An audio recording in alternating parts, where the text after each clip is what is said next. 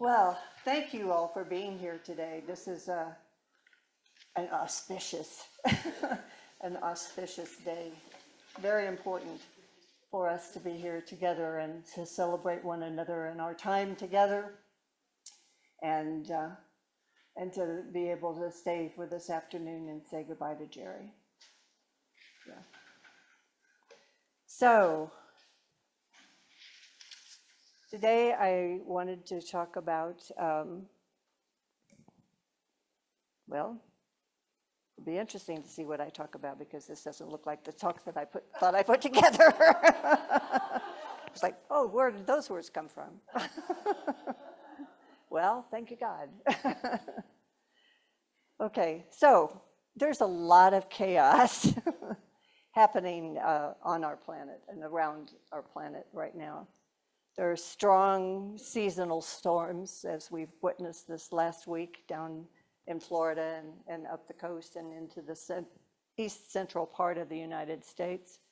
There are climate changes that are happening every day that we're finding out about, something else that's happening in our climate that's going to affect us either now or shortly into the future. There are pandemic viruses that are on the planet. Politics, let's not go there. Yes, and it feels like we're surrounded, if not inundated, by all of the chaos. I don't know, maybe you feel better about it than I do, but it just gets to be a little bit overwhelming every once in a while, and it's like, okay, I want to turn everything off and just be at peace. But as our anxiety increases, you may wonder with me, is there a way to calm this story? Is there something that we can do, either within our own life or within community life, like here we are at Uni? Is there something that we can do that can alleviate some of this stress, something that we can change the direction and the power of the energy that we're facing on our planet? So I wanted to bring to our mind a memory of the story of Jesus and the disciples when they were on the boat in Lake Galilee. And as the storm came up, Jesus is over here on the corner sleeping. You know, he's asleep. He's quite at peace. But he's awakened by the disciples because they are afraid because of the storm, the wind, and whatever else is going along in this big sea storm. And they wake him up and ask him to stop this, help us with this. And he said to the storm, anyone? Peace, be still. Peace, be still. And the peace did come. And the boat and the men were saved. Another story that comes to mind is Silent Unity, the worldwide Unity prayer ministry located on the Unity campus up in Unity Village near Kansas City. And I've heard it said that when May Rowland was the director of Silent Unity, that a tornado was coming into the area. Judy's smiling. Was coming into the area, flying in, and it was headed toward Unity Village. And May stood in front of the building, stood outside in front of the building and said, peace, be still. Peace, be still. And the tornado passed by Unity Village. These are examples of how our thoughts, the thoughts that we hold in mind, can come to pass. And do you have any examples of things that you've been able to bring peace to as they have come up by just focusing in on that inner peace that is within you, calling on it? Anyone?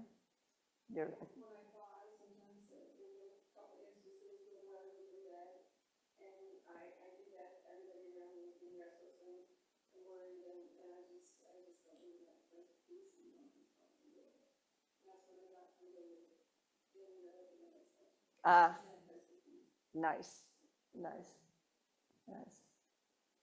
Anybody else have an experience that they'd like to share? Yes?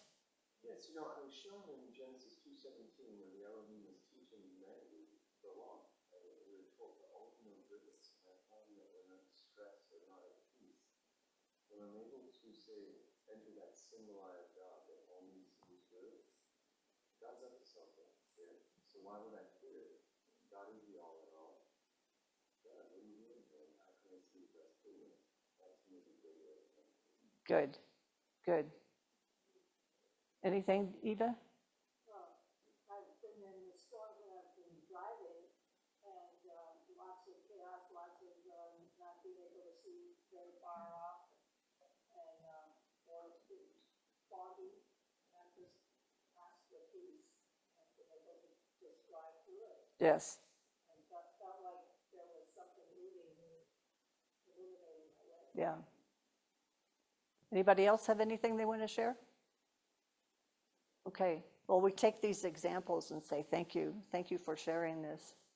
When I was in ministerial training at Unity Village some 20 plus years ago, a part of the curriculum was to participate in the Silent Unity Prayer Associate Program, the people who actually answer the phones and say, how may I pray with you, up at the village. And training included listening skills. How do you listen and feed back to somebody what it is that they have asked you for? Identifying the prayer need, listening to the story, and then picking out the specific thing that they need from what they're sharing with you. And then selecting a prayer format to pray with the caller. Unity had created over time a little booklet that had a lot of like paragraph size prayers so that you could pick out something that you would say back to the caller that could help them with the issue that they're dealing with at that particular moment. So the job was then praying with live callers in the Silent Unity Call Center, applying active listening, determining what the prayer need was, and then praying with the caller, and then gathering information so that Silent Unity could send a letter back to that person to reinforce the visit that you had had with them. Silent Unity provides examples of affirmative prayers for various prayer needs, and the number of calls per category are tracked. So the things that are most often requested were health, prosperity, and comfort. And comfort means, from the Unity perspective, the way that we look at it is the person has experienced the loss of someone or something dear to them through death, through separation. It could be a person, it could be a pet, it could be a job, a home, an accident that might cause a major major damage to your body, or maybe a major illness, but a loss of an ability. And the word comfort is the key term in the Old Testament Bible, meaning removing fear and restoring security for God's people. In Isaiah 51:12, God tells us, I am he who comforts you. In the New Testament, the comfort primarily means to come alongside, to give aid in a time of need.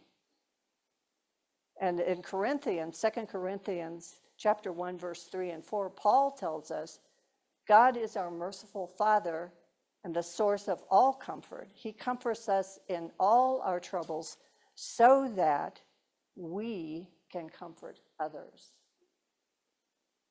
So what does comfort mean to us? What does it mean to you?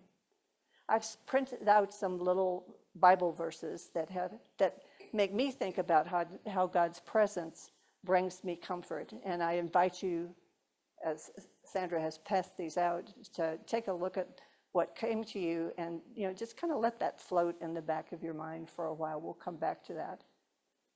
These are various phrases that are in various places in the Bible. When you look at a concordance and say, tell me about this, tell me about comfort, these are some of the things that come up. The book of Romans in the New Testament has many verses that support people during hard times. And the Apostle Paul writes in Romans 12:2, and do not be conformed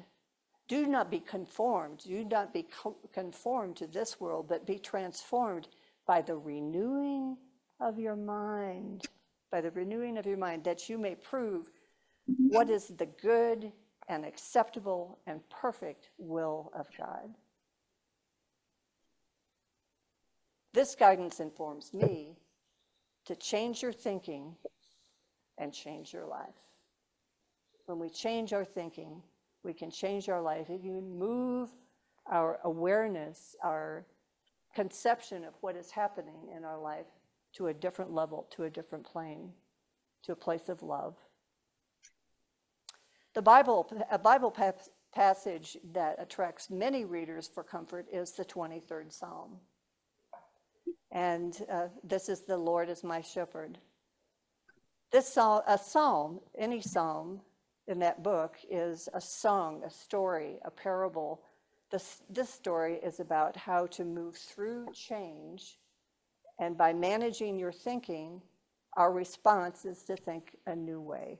Think about it in a different way. This psalm is credited to David when he was a young boy, son of Jesse. He was a young shepherd who later in his life story becomes king. Today, I call this psalm the David and Donna psalm. He brought the ideas, and I'm bringing a brief interpretation of what they might mean. Because unity interprets the Bible metaphysically, using symbols as identified by Charles Fillmore in his research. And so we have these two books. This is the Metaphysical Bible Dictionary, and this is a dictionary of terms, proper nouns, that are found in the Bible and what they meant. So this is a collection that he brought together and published. And the other book that he brought together is the Revealing Word.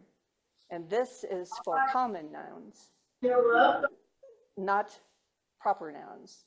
So you have to go back to your English class to figure that out. Never saw that. These The two books Revealing help us Word. to look at the Bible Yeah, it's a year or and two, say, yeah. what is this story telling us above the story or around the story? So as we look at the 23rd Psalm, one of the first things we think of is he's the shepherd boy, and he's out here with the sheep. Our thoughts, or what we're thinking, what we're picturing in our mind, are our sheep. And to take care of them personally is a Herculean task, but then to put them into the hands of the great I Am, put them into God's hand, into Jehovah's hand, because this is Old Testament. This is Old Testament. So Jehovah, it unburdens our mind. And we must tend to our sheep as our thoughts. Yeah, see, my stuff I've saved there with is so the same old. trust as the shepherd boy, It was David, 1912. trusts his I shepherd mean, 2012. to guide his thoughts. Psalm 23 tells us, trusting in God brings rest, peace, comfort, and even triumph over fear.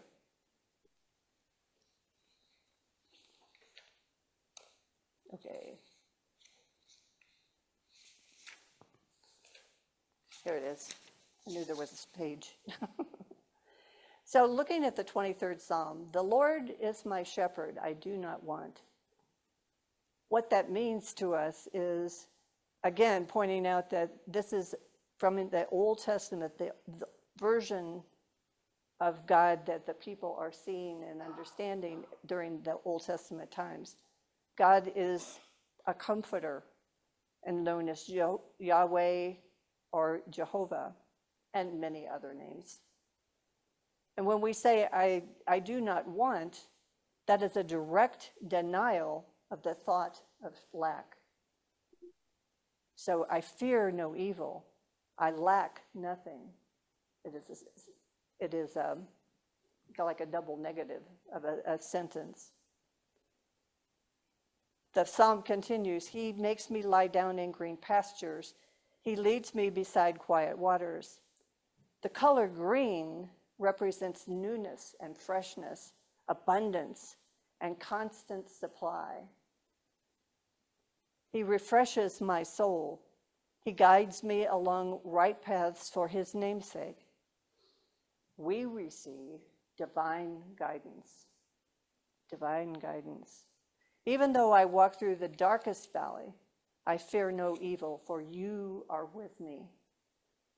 So as we walk through this time, we gain a fuller understanding that is under all circumstances, in all circumstances, God, the Lord, is present.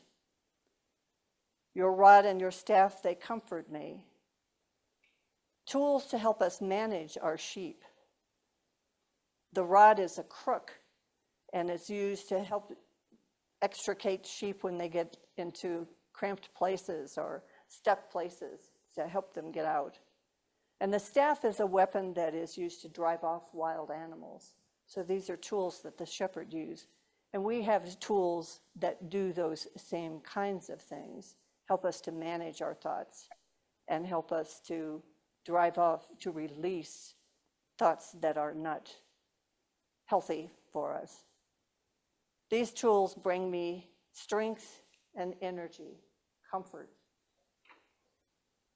And you prepare a table before me in the presence of mine enemies. You anoint my head with oil, and my cup runneth over. The table represents omnipresent substance, God's substance that is always there and available for us. And the oil is the joy of the awareness of God's love. Surely your goodness and love follow me all the days of my life. God's mercy and love continually bubble up in us. All we have to do is open and allow it to happen. And I dwell in the house of the Lord forever, all the days of my life. That's my forever. And so we say amen, and so let it be. I think it's amazing, this process of understanding, reading the Bible and reading these passages metaphysically and seeing them in a different light is just an amazing process. In 2019, my friend Charles Mawson, hello Charles, Charles is watching today. Hello.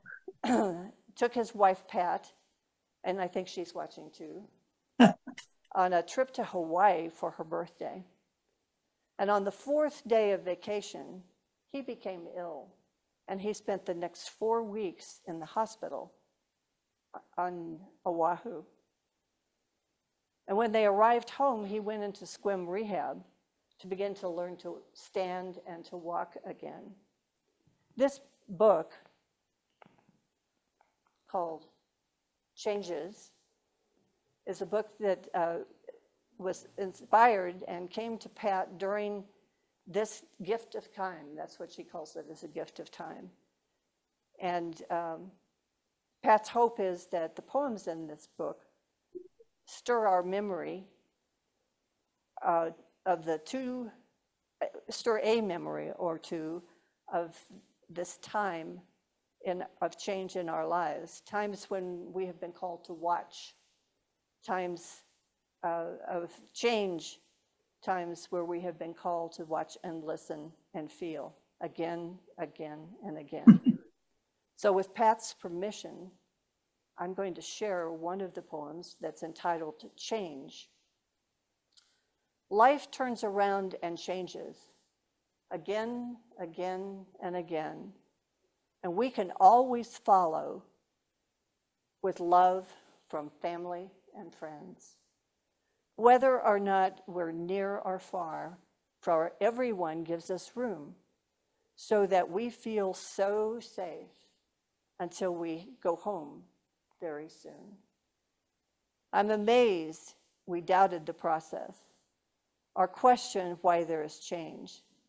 It's just a moving energy that we are invited to exchange again and again. Thank you, Pat. Thank you, Charles, for allowing me to share that.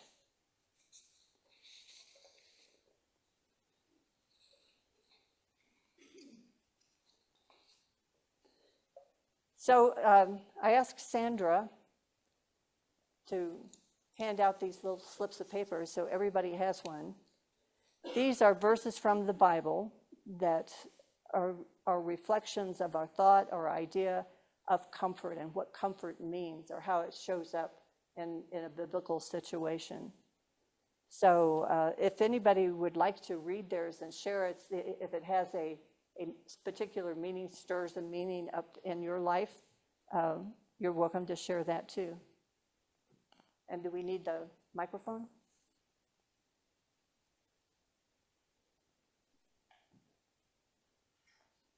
Anybody would like to share?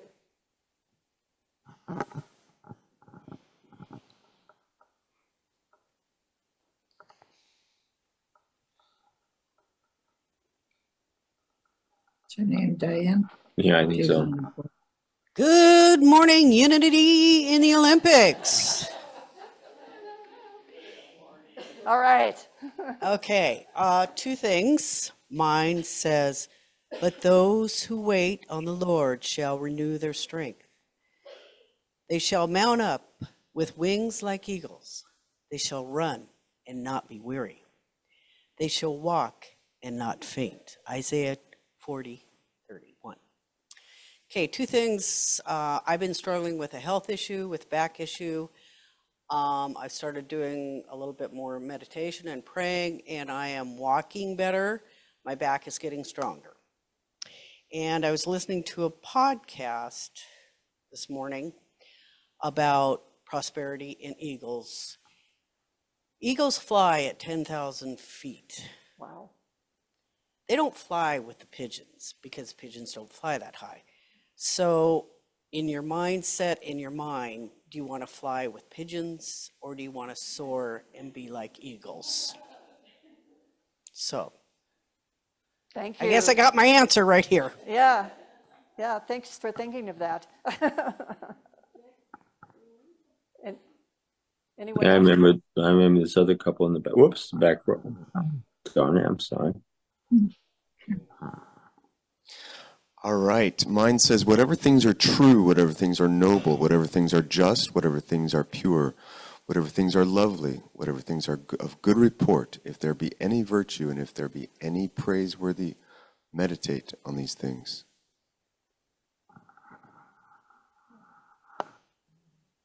Hold the good thoughts. Mike Dooley says, what is it he says? Choose the good ones. He says, choose the good thoughts. Focus on that. Bring that energy in. What we focus on grows, right? So I think that applying Philippians So 4:8 is a very there, good it's remedy me. for any need for peace. Yes. Yes. Anyone else willing to share your verse? I'll share mine. All right. And do not be conformed to this world, but be transformed by the renewing of your mind, that you may prove what is good and acceptable and perfect will of God. Yes. And if it wasn't for the will of God, I wouldn't be here today. Well, none of us would be here today. That's right. Well, I had so many things going wrong in my life. You will tell our story. I had one 4 more times I time. could have died. One was a week. One was a month. One was cancer. And the other one, I had 2 days to live. So I know I'm here for a reason. That's right. That's right. We know that God too. wanted me here. Yeah. Thank you, sweetie. Thank you.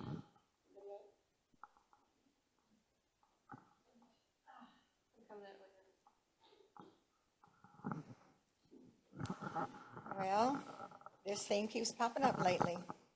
Do not remember the former things, nor consider the things of old. Behold, I will do a new thing. Now it shall spring forth. Shall you not know it?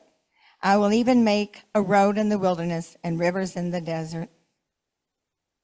And there are so many numerous things that came up for me, and especially what we're all experiencing here in Unity in the Olympics, and in our homes, and in our neighborhoods, and in the world. But I am very grateful that I said yes to a position that I would not have said yes to because of my lack of certain skills. But I am learning and growing with the love of the people in this church and their skills and their willingness, and it keeps me present. So thank you. Anybody else?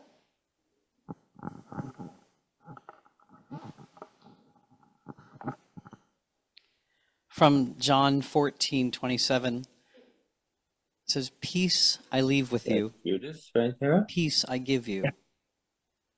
I do not give to you as the world gives.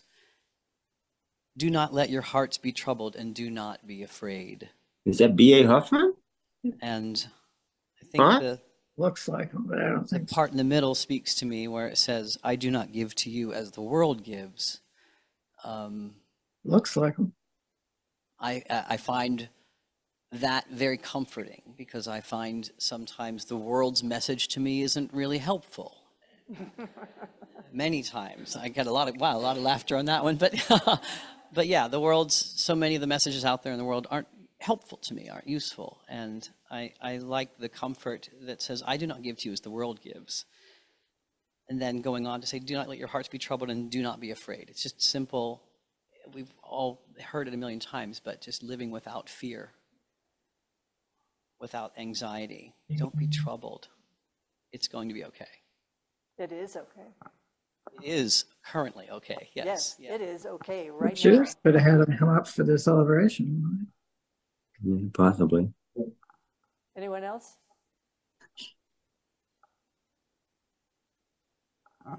Okay. All right.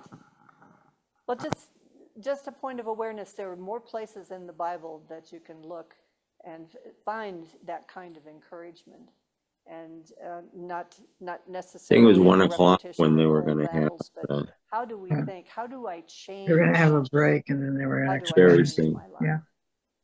And that's what unity is about, is learning those skills to say, it is how I see it. It is how I see it, and I can see it better. Judith, did you have something? Yes, actually. Gary has been in Satan while everyone else has been sleeping. And he has said many times, "You saw me." Letting the hair get gray. Yes. But he said that was not sleep. That was a deep meditation where I was focusing, not because I, Jerry, wanted to make a scene of it, but it was because I felt peace. And I went very deeply into, again, what looked like sleep. But it was a place of resting, a place of receiving, a place of knowing that there was more than what I could see with my eyes. And I gained nurturing and comfort in that place, so that many times it was easy to fall into what seemed to be a slumber. So forgive me for looking like I was asleep, but truly look to Was the that wider Sierra? picture. Oh, Sierra. Yeah. And I would suggest to you, if you have any interest or any calling to do any work in the metaphysical reading of the Bible, how do you go through that process? What do you do? I'm sure that Sandra, who's been trained as a licensed Unity teacher, would be happy to work with individuals or a group that would want to experience some of that, because it's very powerful work, very powerful work. And of course, Larry, I'm sure too, is here as he's available to help out with that process. But I can recommend Sandra. I've worked with her before. It is my favorite thing to do. And if, 10 people go to me, and I go through, oh, this is about my life today. These stories. yeah, And then it just opens them up a little bit. yeah, But they already have it. yeah.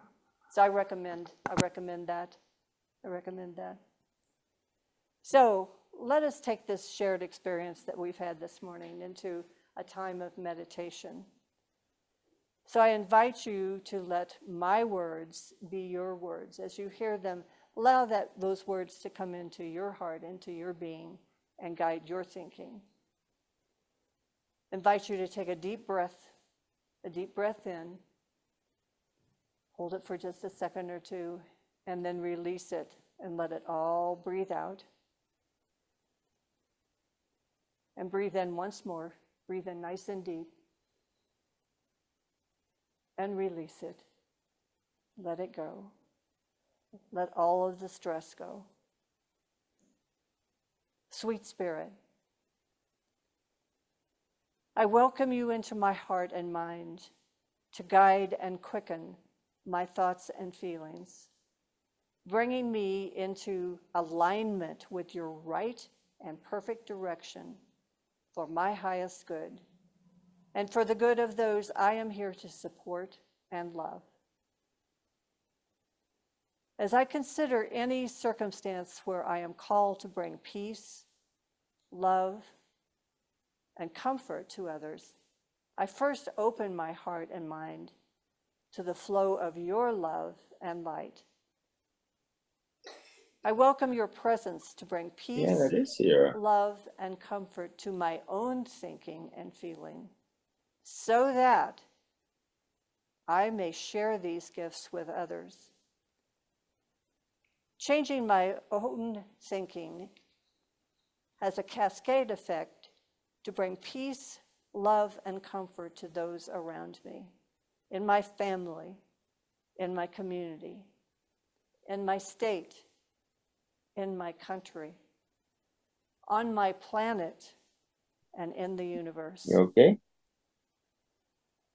I accept your peace and protection in this life experience. Let me remember that all is well in your love and in your care. And so it begins with me and with each of us here today. Let us choose to change our thinking and bring positive changes into all of our lives. And so be it. And so it is. Amen. I'm so happy to be here. Thank you, thank you, thank you. And so see so many of you, and I hope that as you are able to, that you will stay this afternoon and for the service for Jerry, who was a beloved member of this community for many, many, many, many years. Okay, thank you.